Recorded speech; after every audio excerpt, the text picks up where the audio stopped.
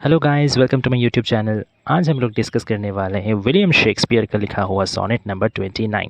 Okay, William Shakespeare ने total 154 sonnets लिखा है, जिसको हम लोग 3 कैटेगरीज में डिवाइड कर सकते हैं।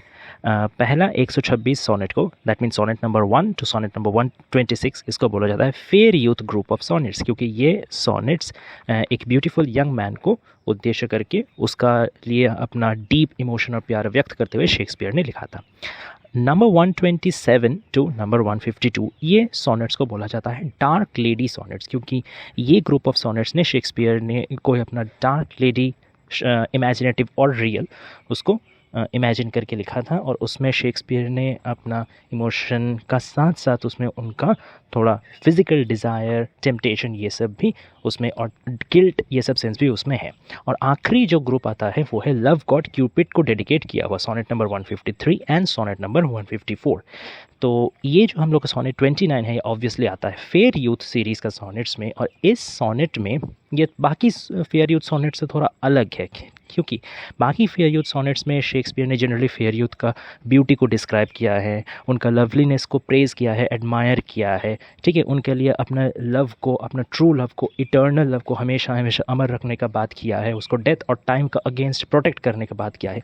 लेकिन सोनेट नंबर 29 में उन्होंने थोड़ा सा नेगेटिव एलिमेंट के बाद ज़्यादा किया है, मतलब खुद वो कितना डिसग्रेस्ड फील करते हैं, खुद उनका चारों तरफ कितना नेगेटिविटी आ जा रहा है, कितना सैड है वो अपना लाइफ में, ठीक है, कितना सारा चीज़ उनमें कमियां हैं, ये सब चीज़ लेके वो डिस्कस करते हैं। और आखिरकार वो बताते हैं कि लेकिन जब मुझे अपना प्यार का याद आता है, जब मुझे तुमरा यानी फेयर यूथ का याद आता है, तब मेरा ये सारा कमियां, दुख, छोटा छोटा जो भी मेरा ना पाने का गम है, वो सारा मैं भूल जाता हूँ, और तब मेरे अंदर इतना आनंद, इतना शक्ति, इतना खुशी आ जाता है कि तब मैं अपने आप को कोई राजा महाराजा से भी ज़्यादा सुखी महसूस करता हूँ। तो actually this sonnet number 29 deals with the restorative power of love, ठीक है, the soothing power of love, that the feeling of love is so true, so deep and so honest that it can heal any wound, चाहे वो कोई physical wound हो, चाहे वो कोई mental wound हो, चाहे वो कोई इमोशनल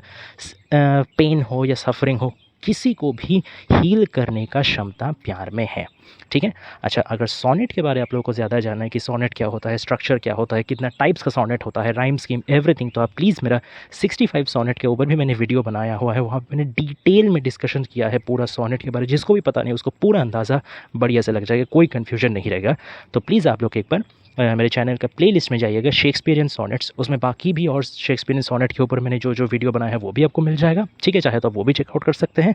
और वहाँ से 65 सोनेट का वीडियो भी मिल जाएगा, वहाँ जाके प्लीज़ आप लोग देख लीजिएगा, सोनेट के बारे डिटेल्स डिस्क्रिप्शन वहाँ मिल जाएगा। ओके, तो चलिए अब हम लोग line by line explanation start करता है सोनेट 29 का। So let's start. When in disgrace with fortune and men's eyes, ठीक है, देखिए यहाँ पे जो सोनेट है वो शुरू ही हो रहा है when से। when मतलब जब, तो एक तरीके का कंडीशनल स्टेटमेंट से ये पोएम हो रहा है शुरू। मतलब पहले ही हम लोग को दिमाग में एक इम्प्रेशन पोएट डालना चाह रहे हैं कि वो हम लोग को एक स्टेटमेंट दे रहे हैं, कंडीशन, एक इमेजिनेटिव सर्कमस्टांसेस में वो हम लोग को डाल रहे हैं कि जब ऐसा कुछ होगा, क्या क्या होगा देखते हैं। When in disgrace with fortune and means, disgrace माने यहाँ ह्यूमिलिएशन, ठीक है, या इंसल्ट, ठीक है। एक्चुअली डिसग्रेस मतलब कोई भी तरीके का बदनामी या कलंक या इंसल्ट, या फिर कोई आप जो स्टेटस है, आपका स्टेटस से फॉल को भी यहाँ डिसग्रेस कहा जा सकता है। जैसे पहले कोई बहुत रिच था, या पहले बहुत कोई अटेंशन मिलता था, अभी उसको वो नहीं मिल रहा है, so kind of fall from one's previous status, इसको भी हम लोग डिसग्रेस समझ सकते हैं, ठीक है। तो when in disgrace with Fortune, अब फॉर्चून का दो मतलब यहाँ निकल के आता है। एक फॉर्चून का मतलब होता है जो हम लोग फेट समझते हैं, फेट या भाग्य जिसको कहा जाता है, ठीक है। तो one is that, and another implication of the word Fortune is wealth, ठीक है, पैसा, संपत्ति, ओके, धन। तो यहाँ पे दोनों ही हम लोग समझ सकते हैं। तो when in disgrace with Fortune, तो जब फॉर्चून का साथ डिसग्रेसफुल मैं हो गया हूँ, पोएट कह रहे हैं, जब भाग्य के नज़र में, जब फेट के नज़र में मैं गिर चुका हूँ, ठीक है, Fortune is not any more with me, भाग्य और मेरा साथ नहीं दे रहा। पहले जैसे भाग्य मेरे साथ फेवरफुल था, ठीक है, जैसे वो मेरे लिए सहाय था, मेरे लिए सब कुछ पॉजिटिव था, ठीक है, अब लेकिन मैं वो फेवरेबल पोजीशन से गिर गया हूँ अब, और भाग्य मेरा सहाय नहीं हो रहा अब मेरे साथ, और अच्छा चीज़ नहीं हो रहा, नंबर 1।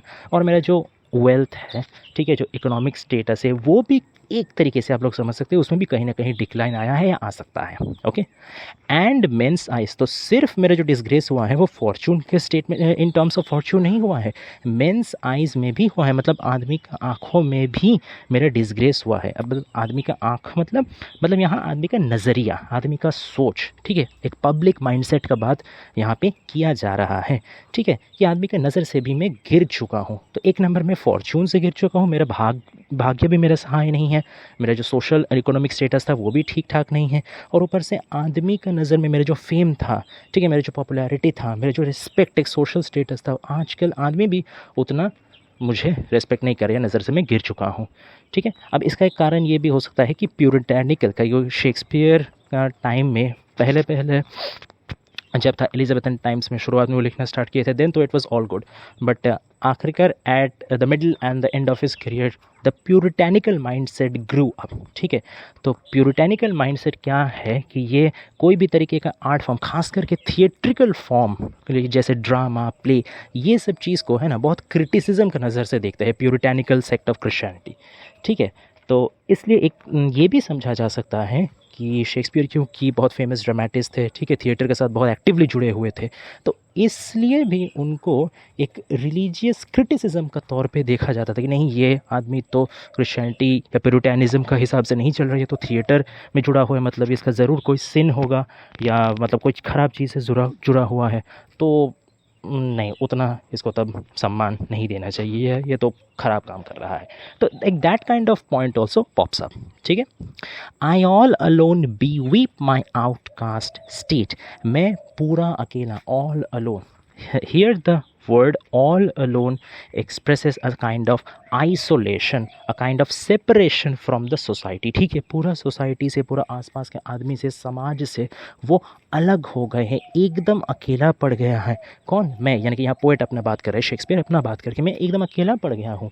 बीवीप माई स्टेट, बीवीप मतलब रोना, लैमेंट करना, बीवेल, बीमोन, ठीक है, मैं अपना जो कंडीशन आज मेरा जो हुआ है, कोई मेरे साथ नहीं है, मैं पूरा अकेला पड़ गया हूँ और मैं अपना हालात में रो रहा हूँ, मैं अपना हालात में लैमेंट कर रहा हूँ कि ये क्या हो गया मेरे साथ। I am not at all happy with my present condition, I am very very sad, I am very very dejected, I am very very hopeless, कुछ अच्छा नहीं हो रहा, मैं अकेले अकेले बैठ के विलाप कर रहा हूँ। स्टेट यानी यहाँ पे कंडीशन, सिचुएशन, ठीक है, अभी मेरे जो सर्कमस्टांसेस है वो एकदम ठीक नहीं चल रहा, मुझे अच्छा नहीं लग रहा, I am very dejected and trouble deaf heaven with my bootless cries, और मैं क्या कर रहा हूँ, मैं ट्रबल कर रहा हूँ डेफ, अच्छा ये डेफ हेवन बहुत इंपॉर्टेंट है। हेवन यानी यहाँ पे जाहिर सी बात है कि जो पैराडाइस है, जो क्रिश्चियनिटी में जो हम लोग को स्वर्ग बताया गया है, हेवन पैराडाइस, उसका बात किया जा रहा है। एक्चुअली हेवन का दो अर्थ निकल के आता है, खास करके हेवन को ज़्यादातर पोएटिक सेंस में स्काई भी बताया जाता है, मतलब आसमान को समझाने के लिए भी मतलब हेवन वर्ड यूज़ किया जाता है। शेक्सपियर ने खुद बहुत बार अपना सोनेट में किया है, जैसे सोनेट नंबर 18 में हम लोग देखते हैं कि सूरज को shall I compare thee with a summer's day, उसमें उन्होंने सूरज को समझाने के लिए eye of heaven word use किया है, ठीक है। तो हेवन का एक मतलब स्काई भी होता है, बट यहाँ पे जितना आसमान का मतलब नहीं, उससे भी ज़्यादा, लेकिन एक्चुअल हेवन जो स्वर्ग, जो पैराडाइस, उसका मतलब यहाँ ज़्यादा समझा रहा है। वाई? ये हम डेफ वर्ड से देख सकते हैं, ठीक है, मतलब डेफ मतलब यहाँ क्या कि जैसे हम लोग जैसे बोलते हैं ना कि turn a deaf ear to somebody, मतलब क्या कि किसी का बात को नहीं सुनना, अनसुना कर देना, ठीक है, जैसे हम लोग डेफ है ऐसा प्रिटेंड करना। तो हेवन भी जैसे डेफ हो गया है, हेवन भी जैसे अनसुना कर दे रहा है। किसको? पोएट को। पोएट कुछ बोल रहे हैं, कुछ मांग रहे हैं हेवन से। हेवन यानी यहाँ पे गॉड को भी रिजेंबल ऑब्वियसली ये कर रहा है कि मैं भगवान से कुछ मांग रहा हूँ, मैं गॉड से कुछ मांग रहा हूँ, कुछ प्रे कर रहा हूँ, बट गॉड जैसे अनसुना कर रहे हैं। Okay, it seems as if heaven has lost the ability to listen, ठीक है, ऐसा लग रहा है कि हेवन को जैसे सुनने का क्षमता खो गया है, या फिर वो जानबूझ के नहीं सुन रहा। Heaven is unwilling to listen, okay, heaven is unwilling to pay heed, God is reluctant to listen to my prayers, ठीक है। तो गॉड ने भी मुझको छोड़ दिया है, मैं कहाँ जाऊँ? इंसानों ने तो मुझको छोड़ दिया ही है, इंसानों का नज़र से तो मैं गिर गया ही हूँ, भाग्य भी मेरा सहारा नहीं दे रहा, जो वेल्थ या सोसाइटल कंडीशन से या स्टेटस है वहाँ से भी मेरा डिसग्रेस ऑलरेडी हो चुका है। अब जो मेरा आखिरी उपाय था, आखिरी सहारा था, जो स्पिरिचुअलिटी या रिलीजियन या गॉड, वो भी अब मुझे नहीं सुन रहा है। माई बूटलेस क्राइज, बूटलेस यानी यहाँ हैपलेस, यानी यू कैन से फ्यूटाइल, मतलब बेकार का, कोई लाभ नहीं हो रहा, ठीक है, कोई मतलब रिजल्ट नहीं मिल रहा, ऐसा चीज़, ठीक है, मतलब बेकार प्रयास, ठीक है, फ्यूटाइल अटेम्प्ट क्राइज, मतलब वो जो चिल्ला चिल्ला के अपना प्रेयर कर रहे हैं, कुछ अपना मतलब दुख का बात सुना रहे हैं, उससे कंप्लेंट कर रहे हैं गॉड, तो गॉड भी नहीं सुन रहे हैं, ठीक है। तो is all alone both in men's world and both in God's world. And look upon myself and curse my fate, और फिर मैं अपने आप को देखता हूँ, मैं अपने ऊपर नज़र डालता हूँ, मैं अपने हालात पे नज़र डालता हूँ कि मेरा क्या बदतर हालात आ चुका है, मेरा क्या ख़राब दिन आ चुके हैं। ना तो गॉड मेरा सुन रहे हैं, ना तो इंसानों की मेरा सुन रहे हैं, उनके नज़र से मेरा रेपुटेशन गिर चुका है, मेरा सोसाइटल आर्थिक सारा चीज़ कंडीशन ख़राब हो चुका है, मैं पूरा अकेला पड़ गया हूँ, I am all excluded, all alone. ये है मेरा हालात। मैं अपने आप को देखता हूँ और मेरा भाग्य को कोसता हूँ, कर्स माई फेट, मेरे भाग्य को, मेरा फॉर्च्यून को मैं कोसता हूँ, ठीक है, कि क्यों ऐसा मेरे साथ हो रहा है। डू आई डिज़र्व दिस, मैं क्या इतना ख़राब हूँ, मैं क्या सच में इतना बुरा इंसान हूँ, क्यों मेरे साथ इतना बुरा, इतना मतलब टॉर्चर, इतना इन्फ्लिक्ट ऑफ पेन क्यों मुझे सफ़र करना पड़ रहा है। तो मैं अपना भाग्य को ही कोस रहा हूँ, ठीक है। इंसान भाग्य को कब कोसता है, थोड़ा सोचिए, जब वो खुद अपना कोई चीज़ को, मतलब ऐसा कुछ बुरा चीज़ उसके साथ होता है जो उसका कंट्रोल में नहीं होता, ठीक है ना, जिसको वो कंट्रोल नहीं कर सकता, या जो डायरेक्टली उसका अपना काम का नतीजा नहीं होता है, ऐसा कुछ बुरा चीज़ जब उसके साथ होता है। अब शेक्सपियर का मतलब अवेयरनेस में ऐसा कोई चीज़ नहीं है जो कोई बुरा काम उन्होंने तो किया नहीं है, ना उन्होंने कोई क्राइम किया है, ना उन्होंने कोई चोरी डकैती किया है, ना मर्डर किया है, कुछ ऐसा कुछ उल्टा सीधा काम नहीं है कि जिसके चलते वो डिसग्रेस हो, वो बदनाम हो, वो बेइज्जत हो, ठीक है, उनका स्टेटस गिर जाए, ऐसा इवन गॉड भी उनका बात नहीं सुने, ऐसा भी तो कोई काम उन्होंने नहीं किया है। तो फिर क्यों उनका फॉर्चून, उनका भाग्य उनको इतना तकलीफ़ दे रहा, इसलिए वो अपना भाग्य को ही कोस रहे हैं कि क्यों तुम मेरे साथ इतना मतलब रूड हो रहे हो, वाई। अब आते हैं हम लोग नेक्स्ट सेक्शन में, wishing me like to one more rich in hope. तो मैं अभी मेरे अंदर क्या विश है, मेरे अंदर क्या इच्छा है कि मैं शायद में कोई एक आदमी जैसा होता जो कि और ज़्यादा रिच है। अब रिच मतलब यहाँ पे एक तरीके से इकोनॉमिकली रिच का भी बात किया जाए, मतलब जो पैसे वाला है उसका भी बात किया जा रहा, एंड रिच इन होप, मतलब मेरे पास शायद कुछ होप होता, मेरे पास शायद कुछ आशाएं होती, ठीक है, शायद मैं कुछ ऑप्टिमिस्टिक में सोच रख पाता कि हाँ यहाँ मेरा प्रोग्रेस हो रहा, यहाँ मेरा बारे थोड़े लोग मतलब एडमायर कर रहे हैं मुझे, ठीक है, या मेरे पास कुछ फ्रेंड्स हैं, मेरे पास कुछ दोस्त हैं, मेरे पास बात शेयर करने के लिए कुछ लोग हैं, कम से कम कुछ ज़िंदगी में अच्छा होते हुए तो मैं देख पाता। तो काश मैं ऐसा होता, क्योंकि अभी मेरे पास कुछ नहीं है, ठीक है। तो शायद मैं एक ऐसा आदमी बन पाता कि जिसके पास या तो रिचनेस मतलब पैसे से वो अमीर है, या नहीं तो वो होप्स में अमीर है, मतलब उसके पास पॉजिटिविटी है लाइफ में, he has an optimistic thought, ठीक है, सारा चीज़ उसके साथ अच्छा हो रहा है, कम से कम ऐसा ही हो पाता।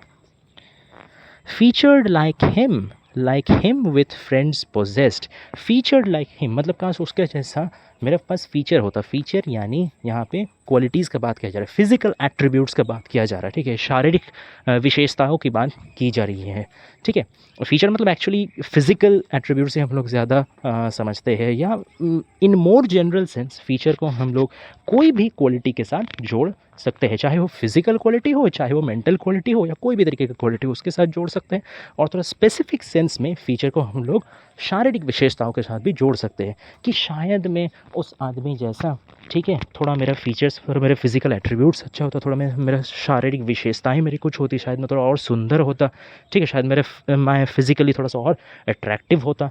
तो क्या होता कि एक कम से कम क्वालिटी मेरा में होता तो मैं कुछ अटेंशन तो अट्रैक्ट करता, मैं हमको ऐसे चारों तरफ से तो मतलब बदनामियाँ, चारों तरफ से नेगेटिविटी तो नहीं बोलता, एक तरफ से तो कम से कम कुछ पॉजिटिविटी मिलता, प्रेज मिलता, ठीक है। या फिर like him with friends possessed, ठीक है, या फिर उसका जैसा कोई, मतलब यहाँ हिम मतलब कोई स्पेसिफिक आदमी का बात यहाँ पे वो नहीं कर रहे हैं, ठीक है, यहाँ पे वो नॉर्मल सोसाइटी में अपने चारों तरफ देख रहे हैं कि किसी के पास मतलब खूबसूरत शारीरिक विशेषताएं हैं, कोई बहुत अट्रैक्टिव लुकिंग है, ठीक है, कोई बहुत स्ट्रांग है, किसी के पास बहुत पॉलिटिकल इन्फ्लुएंस है, किसी के पास सोसाइटल इन्फ्लुएंस है, किसी के पास फ्रेंड्स है, किसी के पास पैसा है, किसी के पास मतलब नाम ऐशो आराम है। तो ये इनकी तरफ वो जो पॉइंट आउट कर रहे हैं कि शायद उस व्यक्ति के जैसा मेरे पास अच्छाई होता, उस व्यक्ति के जैसा मेरे पास दोस्त होता, इसका जैसे मेरे पास पैसा होता, इस हिसाब से वो एक एक को पॉइंट आउट करके बोल रहे हैं। There is no very specific references, okay, he just like indirectly figuring out and saying, okay. तो like hymns with friends poses, तो शायद उस आदमी के जैसा मेरे पास काफ़ी सारा फ्रेंड्स होता। फ्रेंड्स पोजेस्ड मतलब फ्रेंड्स होना, पोजेस यहाँ पे यहाँ ओन, ठीक है, हु ओन्स फ्रेंड्स, जिसके पास फ्रेंड्स है, जिसके पास फ्रेंडशिप का अधिकार है, ठीक है। तो काफ़ी सारा फ्रेंड्स मेरे पास होता, काफ़ी शारीरिक विशेषताएँ शायद मेरी होती।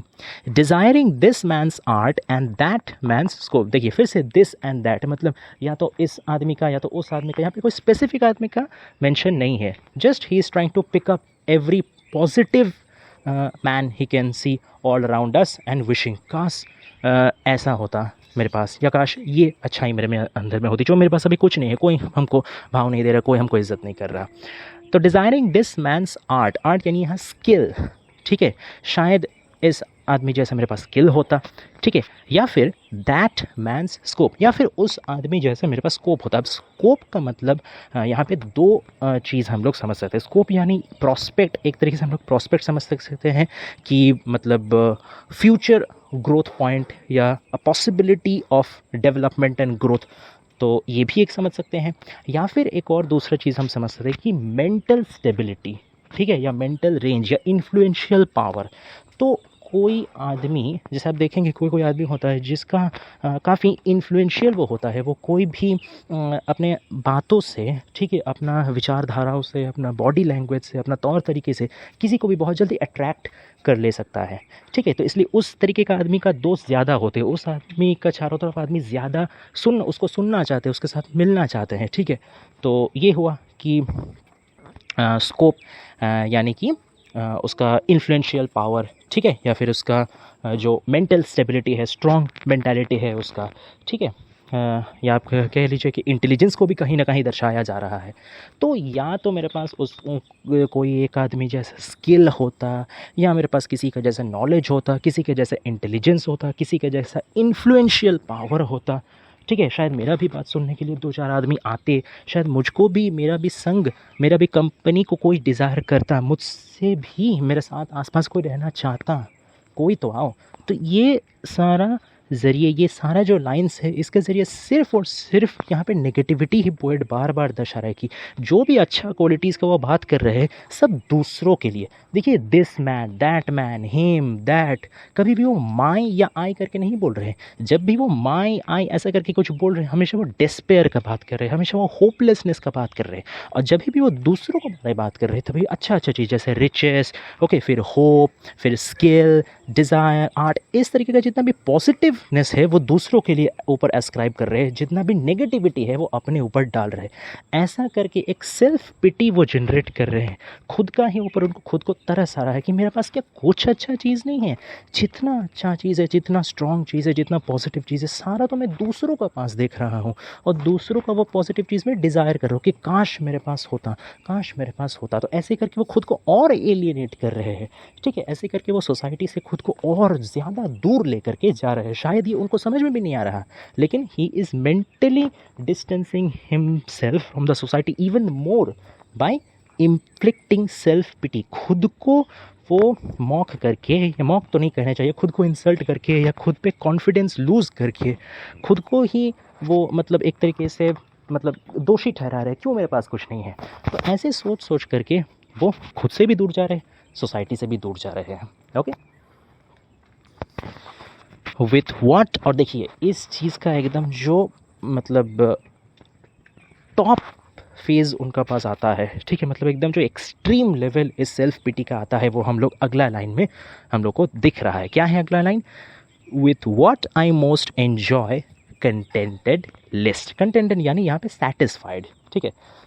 मतलब जो मैं सबसे ज़्यादा एन्जॉय करता था, पोएट यहाँ पे बोल रहे हैं कि जो मैं मुझको सबसे ज़्यादा पसंद था, जो मैं सबसे ज़्यादा एन्जॉय करता था, आज उसी चीज़ मुझे सबसे कम सैटिस्फाई कर रही है। आज उसी चीज़ से मैं बहुत ही कम संतुष्ट हूँ, मतलब ना के बराबर। ठीक है? तो ये ऐसा हालात आ गया है, ऐसा उनका मतलब मेंटल स्टेबिलिटी इतना ज़्यादा बिगड़ गया है, उनका मेंटल पीस इतना ज़्यादा डिस्ट्रॉय हो गया है कि एक समय में जो चीज़ उनको सबसे ज़्यादा प्यारा था, अब देखिए यहाँ पे वो क्लियरली मेंशन तो नहीं किया है कि कौन चीज़ उनका सबसे ज़्यादा प्यारा था या किस विषय में उनको सबसे ज़्यादा एन्जॉयमेंट मिलता था।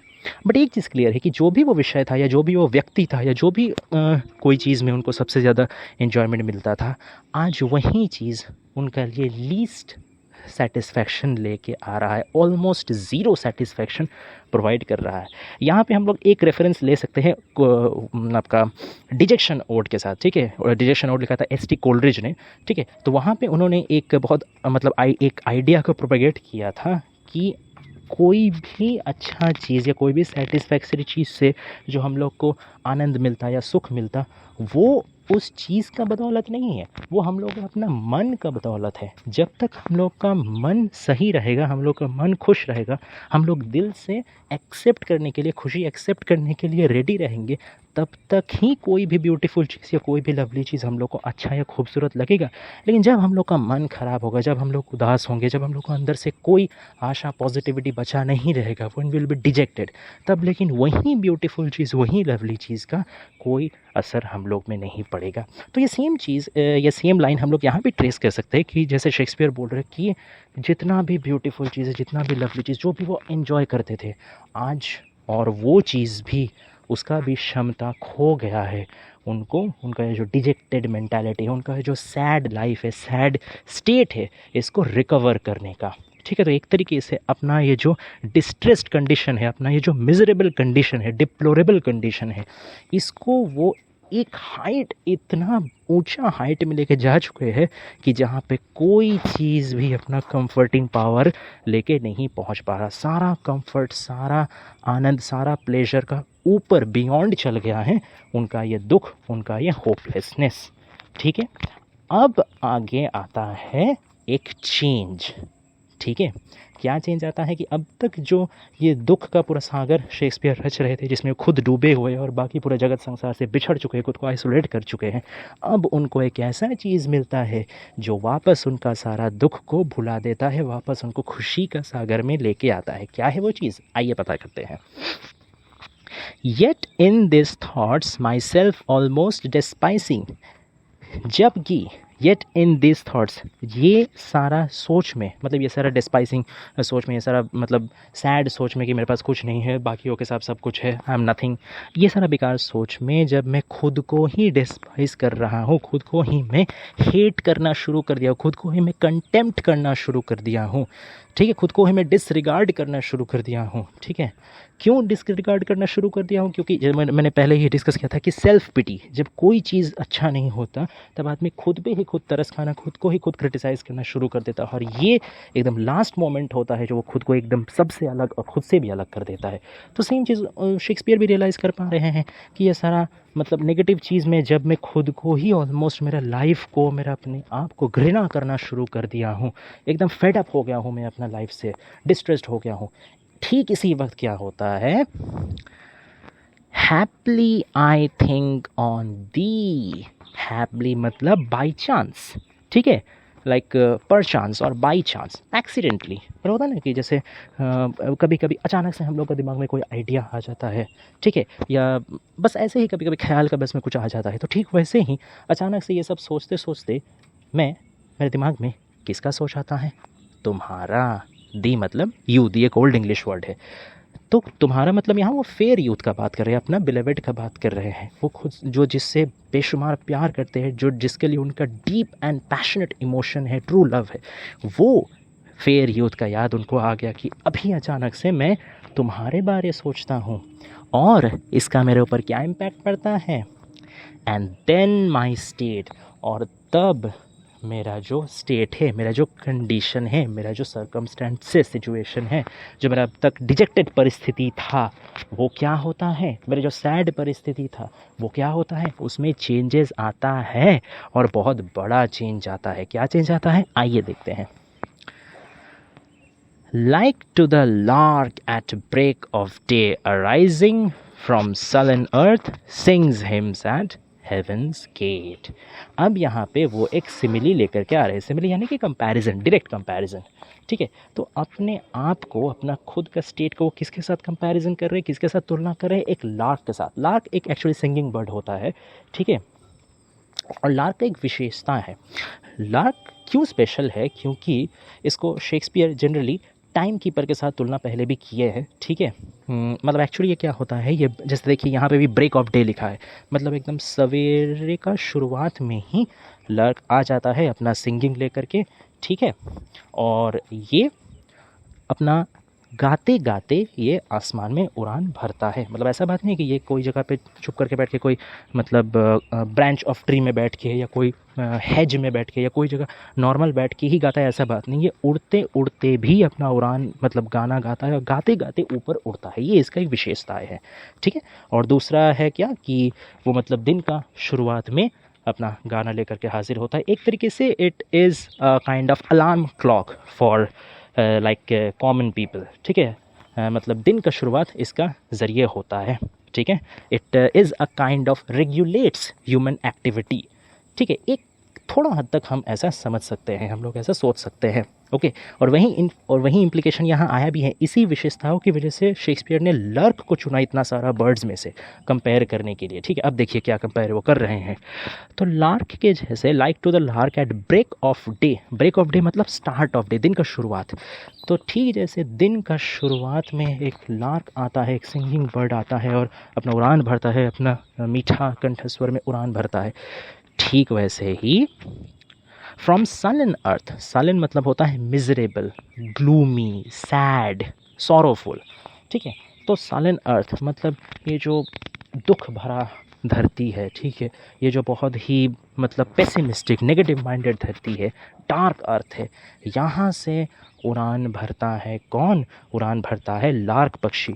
कब उड़ान भरता है, ब्रेक ऑफ डे में, दिन का शुरुआत में ये अंधेरा डार्क ग्लूमी अर्थ से लार्क उड़ान भरता है कहाँ तक, sings hymns at heaven's gate, heaven का गेट तक वो उड़ान भरता है हिम गाते गाते।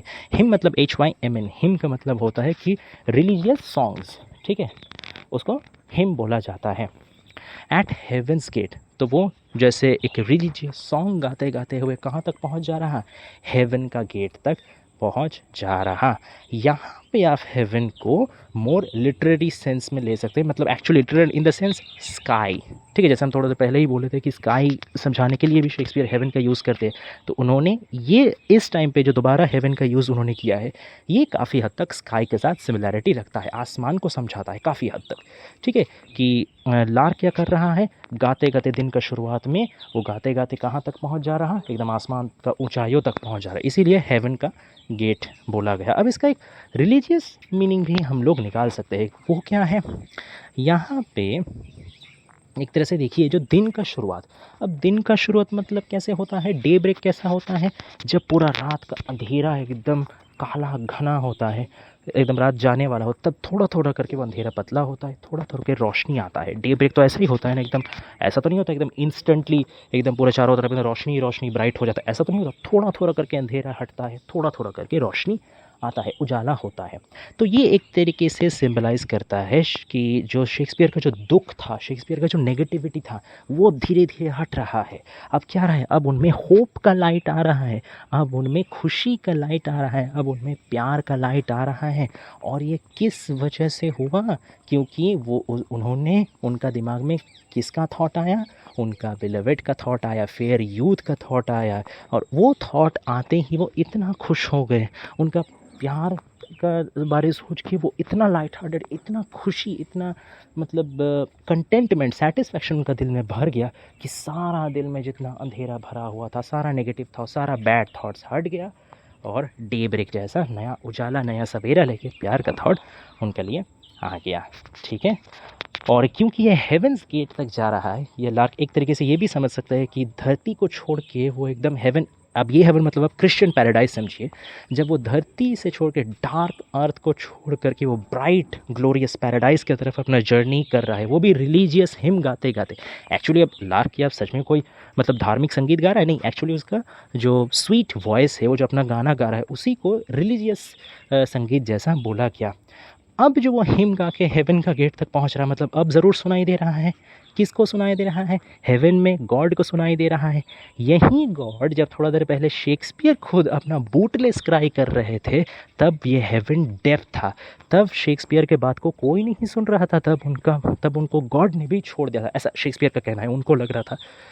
अब लेकिन वहीं शेक्सपियर का जो बात है, ऐसा लग रहा है जैसे शेक्सपियर का बात को लर्क एक मैसेंजर की तरह ले जा कर के कहाँ तक पहुँचा रहा, हेवन तक पहुँचा।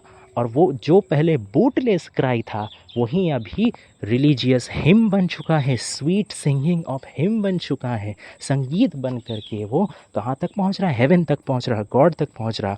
तो एक तरीके से ये भी इम्प्लाई करता है कि वो अपना सैड की गॉड अब उनको उनका प्रार्थनाओं को सुने हैं, और उनका सारा जो दुख का घना काला बादल था उसको हटा करके उनको वापस he has brought back, he has restored the state of joy, the state of grace again in him. Okay, for thy, अब आते हैं हम लोग क्लिंचिंग कपलेट में, ठीक है, आखिरी दो line. For thy sweet love remembered such wealth brings that then I scorn to change my state with kings. क्योंकि तुम्हारा, दाई मतलब योर ओल्ड इंग्लिश है, फॉर दाई स्वीट लव, क्योंकि तुम्हारा मीठा मीठा प्यार, तुम्हारा बहुत खूबसूरत प्यार जब मुझे याद आता है, रिमेंबर्ड याद आना, जब तुम्हारा मीठा प्यार का, सुंदर प्यार का, खूबसूरत पावन प्यार का, पाक प्यार का याद मुझे आता है, इतना वो मेरे लिए वेल्थ लाता है। सच वेल्थ ब्रिंग्स, अब ये वेल्थ मतलब यहाँ का सच में पैसा लाना, जब वो सोचते हैं उनका बिलवेड के बारे, तब कि उनके पास अचानक से पैसा घुस जाता है, नहीं, ऐसा बात नहीं है। ये वेल्थ एक मेटाफोरिकल वेल्थ है। ओके, ये वेल्थ मतलब actually the wealth of happiness, the wealth of mental peace, the wealth of satisfaction. और इसको कहीं ना कहीं जो आपका कमर्शियल वेल्थ है या मनी है, ठीक है, उसके साथ यहाँ पे कंट्रास्ट भी किया चुका है, करा जा चुका है कि देखो, जो वेल्थ मेरे पास क्या नहीं था, मेरे पास मनी में कमी आया था, मेरे पास अर्थ में, मेरे पास धन संपत्ति में, मेरे पास पैसों में कमी आया था, वो जो कमर्शियल मनी था, जो एक्चुअल वेल्थ था, ठीक, उसमें कमी आया था, तो सारा सोसाइटी हमको डिसग्रेस कर दिया था, ठीक है, मैं झुक गया था सबके नज़र में, ठीक है, तब मेरे पास वो वेल्थ नहीं था। लेकिन अब मेरे पास मेरा प्यार का वेल्थ है, मेरे पास मेरा खुशी का वेल्थ है, मेरे पास मेरा सेटिस्फैक्शन, मेंटल पीस का वेल्थ है, और ये वेल्थ पैसों का वेल्थ से कहीं ज़्यादा पावरफुल है, कहीं ज़्यादा इम्पॉर्टेंट है मेरे लिए। ये समझाने का कोशिश वो कर रहे हैं, ठीक है। That then I scorn to change my state with kings, तब मैं अपना स्टेट को, स्टेट यानी कि यहाँ पे कंडीशन, मतलब सिचुएशन, मेरी जो परिस्थिति है, मेरे परिस्थिति को मैं कोई राजा के साथ एक्सचेंज करने में भी मैं विश्वास नहीं रखता। स्कॉर्न मतलब एक तरीके से आप बोल सकते हैं कि नेग्लेक्ट करना, ठीक है, भाव नहीं देना, ठीक है, मतलब पसंद नहीं करना या नेग्लेक्ट करना, कंटेम्प्ट करना एक तरीके से, ठीक है, डिसडेन करना, ओके ना। तो बात यह है कि तब एक बार मेरा प्यार को जब मैं याद करता हूँ, तो वो मेरे लिए इतना वेल्थ लाता है, इतना खुशियों का, इतना मतलब इनोसेंस का, इतना सेटिस्फैक्शन का वेल्थ लाता है कि तब मैं खुद को एक राजा के जगह भी देखने से मना कर देता हूँ। मतलब राजा का जगह देखने से मना कर, तो मतलब क्या कि तब अगर हमको बोला जाए अभी तुम्हारा जो कंडीशन है ये मैं तुमसे छीन लेता हूँ, तुमको मैं राजा बना देता हूँ, क्या तुमको मंजूर है? शेक्सपियर बोलेंगे नहीं। अगर हमको इसका बदली में राजा महाराजा का भी धन दौलत, ऐशो आराम और इज़्ज़त दिया जाएगा, तो भी मैं उसको नहीं लूँगा, तो भी मैं मेरा ये प्यार को, ये प्यार मेरे लिए जो मेंटल सेटिस्फैक्शन और पीस है, उसको मैं एक्सचेंज करने के लिए राज़ी नहीं होऊंगा। एक तरीके से ये उनका एक फ़ाइनल प्रेडिकामेंट है, उनका एक फ़ाइनल वर्डिक्ट है, एक तरीके से वो उनका डिनायल है, वो मना कर रहे हैं, डिक्लाइन कर रहे हैं वही चीज़ को जिसका एब्सेंस में वो शुरू में इतना सैड थे। एक तरीके से ये उनका एक मैच्योरिटी या एक तरीके से उनका एक मेंटल शिफ्ट को भी दर्शा रहा है कि वो समझ चुके हैं कि मटेरियलिस्टिक चीज़ों से, मटेरियलिस्टिक अचीवमेंट से सचमुच में मेंटल सेटिस्फैक्शन या पीस नहीं मिलता। जिस वजह से वो पहले इतना दुखी थे कि नहीं मेरे पास ना तो खूबसूरती है, ना मैं शारीरिक विशेषताएं का अधिकारी हूँ, ठीक है, ना मेरे पास दोस्त है, ना मेरे पास पॉलिटिकल इन्फ्लुएंस है, ना मेरे पास सोशल स्टेटस है। ये सब क्या है? ये सब टेम्पोरल चीज़ है, ये सब परमानेंट चीज़ें नहीं है। ये आज है, कल नहीं है, कल नहीं है, परसों फिर से हो जाएगा। कोई इन लोगों का परमानेंस नहीं है ना। But love is a permanent thing. Love is an eternal thing which can give him eternal satisfaction. ये सब टेम्परल चीज़, वर्ल्डली अचीवमेंट्स, ये उनको कुछ देर के लिए सेटिस्फेक्शन भले दे सके, लेकिन फिर जब वो लोग चल जाएंगे, जब उनसे ये चीज़ दूर हट जाएंगी, तब वो फिर से दुख का सागर में डूब जाएंगे। लेकिन अब वो समझ गए हैं कि वो सब चीज़ों के लिए दुख मनाना उनका गलत डिसीज़न था, क्योंकि वो सब उतना इम्पोर्टेंट है ही नहीं। सबसे ज़्यादा इम्पोर्टेंट चीज़ तो उनका अपना पास है, उनका प्यार। और जब तक उनका प्यार उनका पास है, वो कोई राजा महाराजा, कोई बड़ा बड़ा साम्राज्य, कोई भी धन दौलत को वो नकार दे सकते हैं, ऐसे एकदम स्कॉर्न करके, मतलब एकदम ताच्छिल्य करके, ठीक है, एकदम कोई फ़र्क ही नहीं पड़ता उनका कि जाओ, हमको नहीं चाहिए। So this is the power of love, and this is the restorative power of love that Shakespeare establishes by the end of his sonnet number 29. तो ये था ये सोनेट का एक्सप्लेनेशन। आशा करते हैं आप लोगों को पसंद आया होगा। अगर कोई और भी ऐसा आपको सोनेट या पोएम या कोई भी और टेक्स्ट का एनालिसिस वीडियो चाहिए तो please comment down below, we will make sure to make videos on that as well. और भी इंपॉर्टेंट वीडियोज़ में हम लोग काम कर रहे हैं बहुत जल्दी, वो भी चैनल में आने वाला है। तो प्लीज़ प्लीज़ प्लीज़ अगर हम लोग का काम आपको पसंद आता है तो support us, please like share and subscribe our channel, और मेक श्योर दैट आप नोटिफिकेशन बेल को हिट कर दीजिए, क्योंकि ताकि जो भी इंपॉर्टेंट वीडियो आएगा उसका नोटिफिकेशन आपसे मिस नहीं होगा। Okay, so thank you guys for watching, stay tuned, more videos are coming up. Thanks.